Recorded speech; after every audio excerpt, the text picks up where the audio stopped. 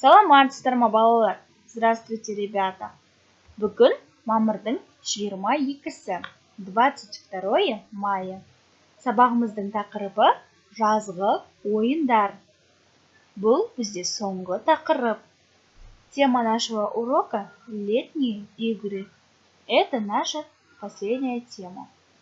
Сабағымыздың жаңа сөздермен танысайық. Новые слова. Көңілді, топ, жасырынбақ, секіргіш. Теперь, ребята, пишем новые слова.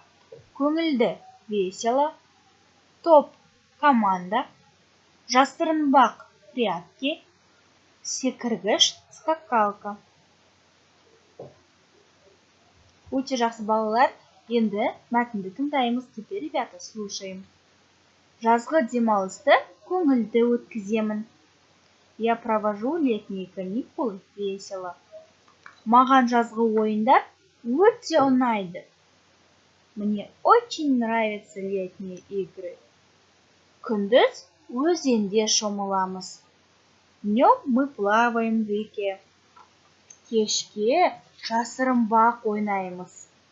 Мы играем в прятки вечером.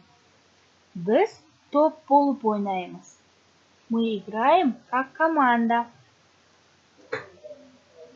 Түсінікті ме, балалар?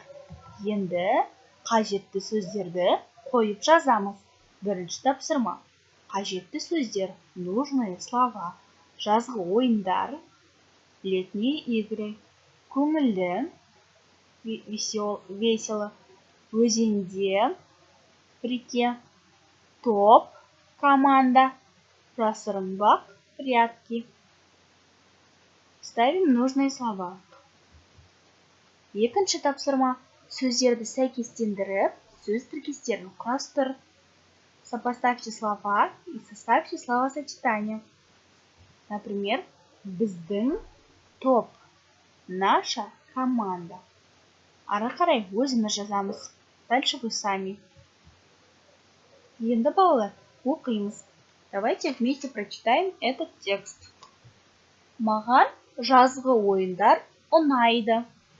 Мне нравятся летние игры. Жазда мен доп ойнаймын, секіргішпен секіремін, бормен асфальтқа сурет саламын.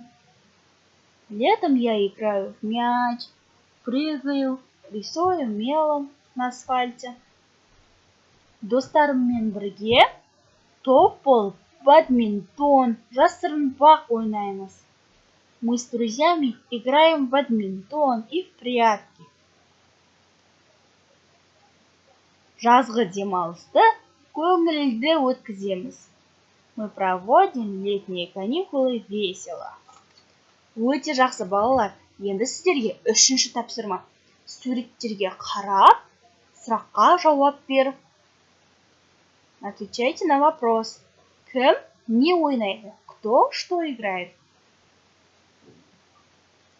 Әмел мен Әлібек, например, Әмел мен Әлібек доп ойнайды.